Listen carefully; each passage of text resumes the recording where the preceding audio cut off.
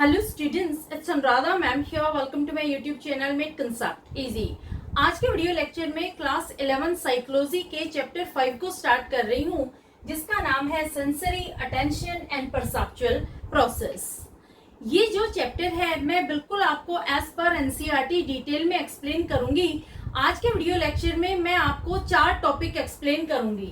पहला है knowing the world, दूसरा है nature and varieties of stimulus, तीसरा है सेंस मोडालिटीज और चौथा है functional limitation of sense organ.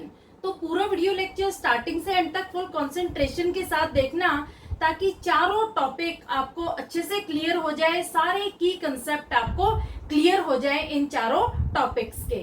तो सबसे पहले हम लेते हैं नोइंग द वर्ल्ड। देखो, नोइंग द वर्ल्ड का मतलब क्या हुआ कि आपके आसपास, आपकी सराउंडिंग में जो भी कुछ हो रहा है, आप उसके बारे में कैसे नॉलेज एक्वायर करते हैं, कैसे आपको पता लगता है कि आपके आसपास क्या है। तो मैं आपको एक एग्जांपल के थ्रू एक्सप्लेन कर रही हूँ knowing the world. Suppose you are sitting in a room and finds many things like table, chair, books, furniture etcetera with different size, different shape and different color। देखो, आप एक room में बैठे हैं, तो उस रूम में आपको बहुत सारी चीजें नजर आती हैं और उन सब चीजों के अलग अलग साइज होते हैं, अलग अलग शेप होती है और अलग अलग कलर होते हैं। तो अब ये क्वेश्चन अराइज होता है कि how can you define this things. आप कैसे बताएंगे कि इस पर्टिकुलर चीज का ये नाम है। जैसे आप टेबल को देखते हैं तो आप कैसे कहेंगे कि ये एक टेबल है, ये एक चेयर है, ये बुक्स है, ये मोबाइल है, ये एयर कंडीशन है, ये रेफ्रिजरेटर है।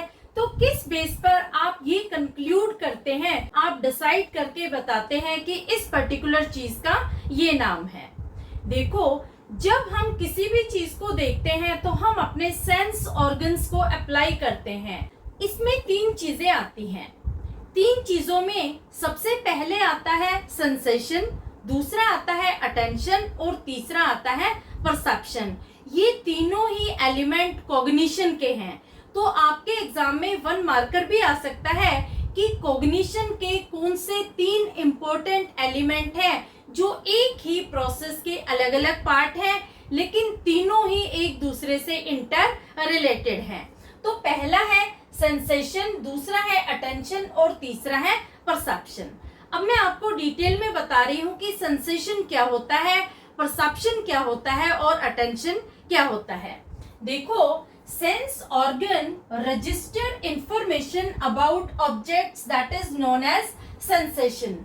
जब हम किसी भी पर्टिकुलर ऑब्जेक्ट को देखते हैं तो हमारे सेंस ऑर्गन उस ऑब्जेक्ट से रिलेटेड इंफॉर्मेशन रजिस्टर कर लेते हैं। यानी हमारे सेंस ऑर्गन के सामने जब भी कोई स्टिमुलस आता है, कोई स्टिमुलाई आता है, तो उससे रिलेटेड जो वो इंफॉर्मेशन होती है, सबसे पहले उस इंफॉर्मेशन को वो रजिस्टर करते हैं, उसे एक्वायर करते हैं, उस इंफॉर्मेशन को गैदर करते हैं। ये होता है सेंसेशन।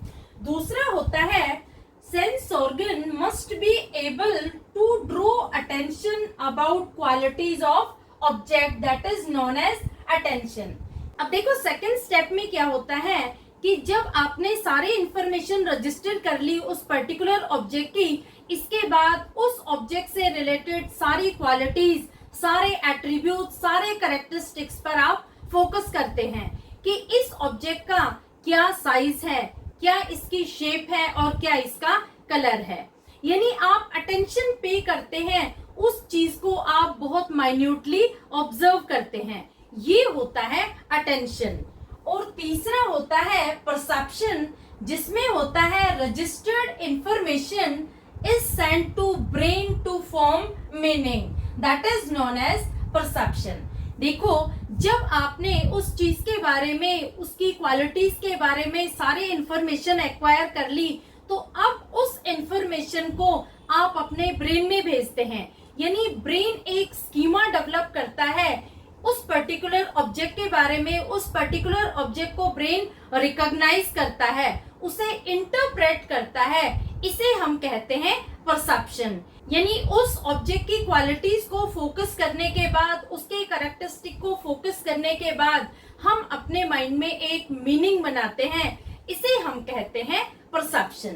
तो देखो, कॉग्निशन में 3 स्टेप होती है। पहली है सेंसेशन, दूसरी है अटेंशन और तीसरी है परसेप्शन।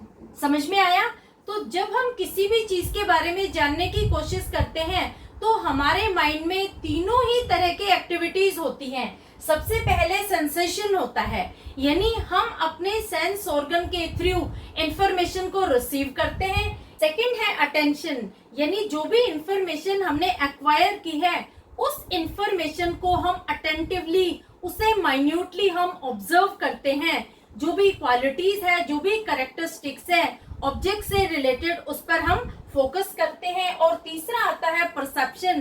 अब हम अपने माइंड में एक स्कीमा डेवलप करते हैं, एक मीनिंग बनाते हैं उस पर्टिकुलर ऑब्जेक्ट के लिए, इसे हम कहते हैं परसेप्शन। क्लियर? इसे देखो, एक एग्जांपल से एक्सप्लेन कर रही हूँ। जैसे मोबाइल है, तो आपके सेंस ऑर्गन ने इंफॉर्मेशन गैदर की कि ये एक मोबाइल है। अब मोबाइल से रिलेटेड सारी क्वालिटीज पर आपके सेंस ऑर्गन फोकस करते हैं कि जो मोबाइल होता है इससे हम कम्युनिकेट कर सकते हैं, इससे हम एक दूसरे से इंफॉर्मेशन शेयर कर सकते हैं। तो जो भी मोबाइल की क्वालिटीज है, सारी क्वालिटीज पर फोकस किया गया। अटेंटिवली आपने उस चीज को माइन्यूटली ऑब्जर्व किया। अब आप उस इंफॉर्मेशन को अपने माइंड में सेंड करते हैं, यानी अपने माइंड में एक मीनिंग बनाते हैं कि एक ऐसा ऑब्जेक्ट जिससे हम बात कर सकते हैं, जिससे हम वीडियो कॉल कर सकते हैं, जिससे हम मेल कर सकते हैं, अपनी इंफॉर्मेशन को कम्युनिकेट कर सकते हैं, वो होता है मोबाइल। तो इस तरह से हमने यहाँ पर तीनों ही एलिमेंट यूज किए। सबसे पहले हमने सेंस ऑर्गन के थ्रू इंफॉर्मेशन रिसीव की, जो था सेंसेशन। उसके बाद हमने ऑब्जेक्ट से रिलेटेड, यानी मोबाइल से रिलेटेड जो भी क्वालिटीज हैं, जो उसके कैरेक्टरिस्टिक्स हैं, उस पर अटेंशन पे की, उस पर फोकस किया, ये था अटेंशन। और तीसरा, जब हमने अपने माइंड में एक इमेज डेवलप की, एक मीनिंग बनाया कि ऐसा ऑब्जेक्ट जिससे कम्युनिकेशन इजी होता है, वो होता है मोबाइल। तो इस तरह से हम आसपास की चीजों को जानते हैं। ये सब आएगा नोइंग द वर्ल्ड में। नेक्स्ट टॉपिक आता है nature and varieties of stimulus. सबसे पहले मैं आपको स्टिमुलस का मीनिंग समझाती हूँ, क्योंकि बार बार ये वर्ड साइकोलॉजी में यूज होगा।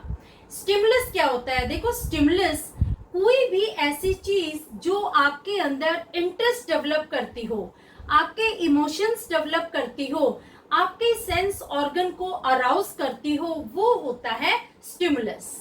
तो स्टिमुलस बहुत सारे होते हैं, हर स्टिमुलस के लिए अलग सेंस ऑर्गन यूज होते हैं। अब देखो, जो स्टिमुलस होता है ये सिंगुलर सेंस में यूज होता है, और जो स्टिमुलाई होता है ये होता है प्लूरल सेंस में। तो हमारे सामने स्टिमुलाई होते हैं, बहुत सारी ऐसी चीजें होती हैं जो हमारे सेंस ऑर्गन को एक्टिवेट करती हैं, उन्हें अराउज करती हैं। जैसे देखो, आपको कोई खुशबू आ रही है, तो आप उस खुशबू को कैसे पहचानेंगे? कौन सा सेंस ऑर्गन आप यूज करेंगे? नोज यूज किया जाएगा खुशबू को पहचानने के लिए। क्या आप अपनी आईज से किसी खुशबू को पहचान सकते हैं? क्या आप ईयर यूज कर सकते हैं खुशबू को पहचानने के लिए? नहीं। इसी तरह से डिफरेंट कलर को आइडेंटिफाई करने के लिए क्या आप नोज का यूज कर सकते हैं? नहीं, वहां पर आईज का यूज होगा। इसी तरह से अगर आप कोई चीज खा रहे हैं तो उस टेस्ट को पहचानने के लिए क्या आप अपने ईयर को यूज कर सकते हैं, आईज को यूज कर सकते हैं? नहीं, वहां पर टंग का यूज होगा। तो इस तरह से अलग अलग तरह के स्टिमुलस के लिए हम अलग अलग तरह के सेंस ऑर्गन को यूज करते हैं। इसी वजह से कहा जाता है कि स्टिमुलस की बहुत सारी वैरायटीज होती हैं। तो किसी भी स्टिमुलस को पहचानने के लिए सेंस ऑर्गन का यूज होता है। सेंस ऑर्गन का दूसरा नाम है सेंसरी रिसेप्टर्स। रिसेप्टर का मतलब क्या हुआ कि ऐसे सेंस ऑर्गन जो इंफॉर्मेशन को रिसीव करते हैं उन्हें हम कहते हैं सेंसरी रिसेप्टर। तो ये सेंस ऑर्गन का ही दूसरा नाम है। और एक नाम और है सेंस ऑर्गन का, इंफॉर्मेशन गैदरिंग सिस्टम। क्योंकि सेंस ऑर्गन के थ्रू ही हम इंफॉर्मेशन को गैदर करते हैं। अगर सेंस ऑर्गन एब्सेंट होंगे तो हम किसी चीज को डिफाइन नहीं कर सकते, क्योंकि सेंस ऑर्गन के थ्रू ही हम सारी इंफॉर्मेशन एक्वायर करते हैं। इसलिए हम कहते हैं इंफॉर्मेशन गैदरिंग सिस्टम, क्योंकि sense organ receive information from variety of sources. अब देखो, अगर आपसे कोई पूछता है कि कितनी तरह के सेंस ऑर्गन होते हैं, तो यूजुअली आपका आंसर होगा कि 5 तरह के सेंस ऑर्गन होते हैं। लेकिन साइकोलॉजी कहती है कि 5 नहीं 7 तरह के सेंस ऑर्गन होते हैं। जो 5 सेंस ऑर्गन होते हैं वो होते हैं एक्सटर्नल सेंस ऑर्गन, और जो 2 और एक्स्ट्रा सेंस ऑर्गन होते हैं उन्हें हम डीप सेंसेस बोलते हैं, वो होते हैं इंटरनल सेंस ऑर्गन। तो क्या होते हैं ये सेंस ऑर्गन, ये मैं आपको बता रही हूँ। सबसे पहले हम लेते हैं external sense organ. External sense organ में पहला आता है eye, which is responsible for vision. दूसरा है ईयर, रिस्पॉन्सिबल फॉर हियरिंग। तीसरा है नोज, इससे हम स्मेल करते हैं। चौथा है टंग, जिससे हम टेस्ट करते हैं कि किस चीज का टेस्ट सोर है, क्या चीज स्वीट है, क्या बिटर है, तो ये हम टंग से टेस्ट करते हैं। और 5वां सेंस ऑर्गन है स्किन, जिससे हमें एक्सपीरियंस होता है टच का, कि हमें पेन हो रहा है क्या ठंडा मौसम है या फिर गर्म मौसम है। तो हमारे 5 एक्सटर्नल सेंस ऑर्गन है जिनके थ्रू हम इंफॉर्मेशन को रिसीव करते हैं। अब देखो, 2 और डीप सेंसेस है जिन्हें हम कहते हैं इंटरनल सेंस ऑर्गन। पहला है काइनेस्थेटिक सेंस और दूसरा है वेस्टिबुलर सेंस। ये बहुत इंपॉर्टेंट है, ये साइकोलॉजी के थ्रू ही आपको पता लगेगा कि 2 और सेंस ऑर्गन है जिन्हें हम डीप सेंसेस भी कहते हैं। एक है काइनेस्थेटिक और दूसरा है वेस्टिबुलर। अब देखो, इनके काम क्या होते हैं। जो काइनेस्थेटिक और वेस्टिबुलर सेंस ऑर्गन है, they provide information about body movement and body position. ये क्या करते हैं कि हमारी बॉडी की मूवमेंट कैसी है, कैसी हमारी बॉडी की पोजीशन है, उसके बारे में इंफॉर्मेशन हमें प्रोवाइड करते हैं। जैसे जब आप चलते हैं तो आप कभी भी अपने पैरों पर ध्यान नहीं देते हैं, आप हमेशा लेफ्ट या राइट देखेंगे या स्ट्रेट देखेंगे, कभी भी आप अपने फीट की तरफ ऑब्जर्व नहीं करते हैं। तो आप अपनी बॉडी को कैसे बैलेंस करके चलते हैं, क्योंकि काइनेस्थेटिक सेंस ऑर्गन और वेस्टिबुलर सेंस ऑर्गन आपको गाइड करते हैं। इसी तरह से एक सॉकर प्लेयर जब बॉल के पीछे भागता है गोल करने के लिए, तो कभी भी वो अपने फीट पर ऑब्जर्व नहीं करता है, वो कभी भी अपने पैरों की तरफ फोकस करके नहीं दौड़ता है। जब आप टाइपिंग करते हैं तो कभी भी कीबोर्ड पर फोकस नहीं करते, आप रैपिडली टाइपिंग करते हैं, क्योंकि जो आपके काइनेस्थेटिक सेंसेस हैं, जो आपके वेस्टिबुलर सेंसेस हैं, वो आपको गाइड करते हैं, वो आपको कंट्रोल करते हैं। देखो, वैसे तो जो काइनेस्थेटिक और वेस्टिबुलर सेंसेस हैं ये दोनों सिमिलर हैं, इनमें एक स्लाइड सा डिफरेंस है। जो काइनेस्थेटिक सेंसेस होते हैं ये बॉडी की मूवमेंट पर फोकस करते हैं, और जो वेस्टिबुलर सेंसेस होते हैं ये बॉडी के बैलेंस पर फोकस करते हैं।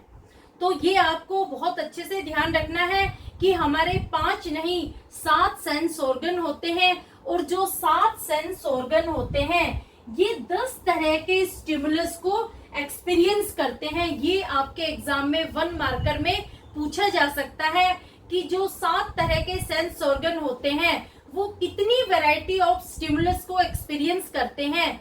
तो यहाँ पर 10 तरह के स्टिमुलस को एक्सपीरियंस करते हैं 7 सेंस ऑर्गन। क्लियर? तो यहाँ तक आपको समझ में आ गया। अब मैं आपको बता रही हूँ सेंस मोडालिटीज। देखो, सेंस मोडालिटी में सबसे पहला वर्ड आता है सेंसेशन। सेंसेशन का मतलब क्या हुआ कि हम अपने सेंस ऑर्गन के थ्रू जो भी इंफॉर्मेशन रिसीव करते हैं वो होता है सेंसेशन। जैसे आपको कुछ सुनाई दिया, आपको कुछ दिखाई दिया, तो ये होता है सेंसेशन। अब देखो, सेंसेशन में आप कैसे लिखेंगे, initial experience of a stimulus is registered bye particular sense organ. इसका मतलब क्या हुआ कि जो सेंसेशन होता है ये स्टिमुलस का इनिशियल एक्सपीरियंस होता है जो हमारा पर्टिकुलर सेंस ऑर्गन रजिस्टर करता है। इसके बाद a process through which we detect and encode variety of physical stimuli like warm, blue, loud etcetera. इसके बाद हम क्या करते हैं, हम डिटेक्ट करने की कोशिश करते हैं। डिटेक्ट का मतलब होता है कि उस स्टिमुलस से रिलेटेड जो इंफॉर्मेशन हमने गैदर की थी उसे हम पता लगाते हैं कि ये जो इंफॉर्मेशन थी ये किस चीज की थी। जैसे देखो, आपको किसी चीज की स्मेल आई, तो जैसे ही आपको स्मेल आई तो इसे हम कहेंगे इनिशियल एक्सपीरियंस, ये होगा सेंसेशन। जब आपको स्मेल आई तो आप डिटेक्ट करने की कोशिश करते हैं, पता लगाने की कोशिश करते हैं कि ये किस चीज की स्मेल थी। इसके बाद आप क्या करते हैं, एनकोड करते हैं, यानी आप इंफॉर्मेशन अपने माइंड में भेजते हैं और उस चीज का एक मीनिंग बनाते हैं। जैसे सपोज ये जो स्मेल थी ये रोज की थी या ये स्मेल मैरीगोल्ड की थी। तो इस तरह से आप अपने माइंड में एक मीनिंग बनाते हैं, उस स्मेल को रिकॉग्नाइज करते हैं, उसे इंटरप्रेट करते हैं, ये होगा एनकोडिंग।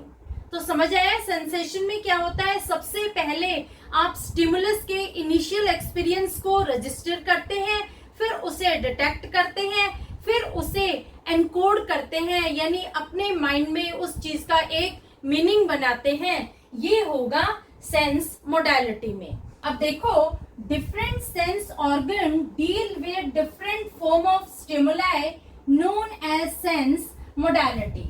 हम सेंस मोडालिटी में अलग अलग स्टिमुलस के लिए अलग अलग सेंस ऑर्गन को यूज करते हैं। जैसे देखो, कोई चीज गर्म है तो कौन सा सेंस ऑर्गन यूज होगा, यहाँ पर स्किन सेंस ऑर्गन यूज होगा, क्योंकि वो टच के एक्सपीरियंस को रजिस्टर कर सकता है। इसी तरह से आप अपनी आईज को यूज करके ये बताएंगे कि ये कलर ब्लू है, ये रेड है, ये ब्लैक है। तो यहाँ पर डिफरेंट सेंस ऑर्गन यूज होगा डिफरेंट तरह के स्टिमुलस के लिए। क्या आप नोज को यूज करके बता सकते हैं कि ये रेड कलर है या फिर व्हाइट कलर है? नहीं, यहाँ पर आईज वाला सेंस ऑर्गन यूज होगा। इसी तरह से अगर आप साउंड को एनालाइज कर रहे हैं तो यहाँ पर आप अपने ईयर को यूज करेंगे, ईयर ही बता सकते हैं कि ये लाउड वॉइस है या फिर फेंट वॉइस है। तो अलग अलग तरह के स्टिमुलस के लिए अलग अलग तरह के सेंस ऑर्गन यूज होते हैं, इसी वजह से हम इसे कहते हैं सेंस मोडालिटी। क्लियर? अब मैं आपको बता रही हूँ functional limitation of sense organ. देखो, सेंस ऑर्गन की कुछ लिमिटेशंस होती है। हम ह्यूमन बीइंग होते हैं, हमारे जो सेंस ऑर्गन होते हैं उनकी कुछ लिमिटेशंस है। जैसे हमारी आईज है, वो बहुत ज्यादा ब्राइट लाइट में या फिर बहुत ज्यादा डिम लाइट में फोकस नहीं कर सकती। इसी तरह से हमारे जो ईयर हैं वो बहुत ज्यादा लाउड वॉइस को या फिर बहुत ही फेंट वॉइस को नहीं सुन सकते। तो इसके लिए ह्यूमन बीइंग को ऑप्टिमल इंटेंसिटी और मैग्नीट्यूड की रिक्वायरमेंट होती है। For being noticed sensory receptor stimulus must carry optimal intensity और मैग्नीट्यूड। देखो, जो सेंसरी रिसेप्टर्स यानी सेंस ऑर्गन्स होते हैं वो तभी नोटिस कर सकते हैं स्टिमुलस को जब एक मिनिमम लेवल की इंटेंसिटी या मैग्नीट्यूड प्रेजेंट हो। अब देखो, जो रिलेशनशिप है सेंसेशन और स्टिमुलाई की, इसे हम स्टडी करते हैं एक सब्जेक्ट में जिसे हम कहते हैं साइकोफिजिक्स। ये बहुत इंपॉर्टेंट है, ये 1 मार्कर आपके एग्जाम में पूछा जा सकता है कि स्टिमुलस और सेंसेशन को हम किस डिसिप्लिन में स्टडी करते हैं। तो ये है साइकोफिजिक्स। ये इस सब्जेक्ट का नाम है जिसमें सेंसेशन और स्टिमुलाई को स्टडी किया जाता है। अब देखो, मैं 2 बहुत इंपॉर्टेंट टर्म आपको बता रही हूँ जो ये समझने के लिए बहुत इंपॉर्टेंट है कि स्टिमुलस प्रेजेंट है कि नहीं। पहला है एब्सोल्यूट थ्रेशोल्ड, जिसे हम कहते हैं AL यानी एब्सोल्यूट लाइम्स, और दूसरा है डिफरेंस थ्रेशोल्ड जिसे हम कहते हैं DL यानी डिफरेंट लाइम्स। अब देखो, एब्सोल्यूट थ्रेशोल्ड क्या होता है? एब्सोल्यूट थ्रेशोल्ड का मतलब क्या हुआ? The minimum value of stimulus required to activate sensory systems। देखो एब्सोल्यूट थ्रेशोल्ड और एब्सोल्यूट लाइम को आप कैसे समझेंगे कि हमारे जो सेंसरी रिसेप्टर्स होते हैं, जो सेंस ऑर्गन होते हैं, वो किसी भी स्टिमुलस को तभी आइडेंटिफाई कर सकते हैं जब एक minimum value of stimulus present हो।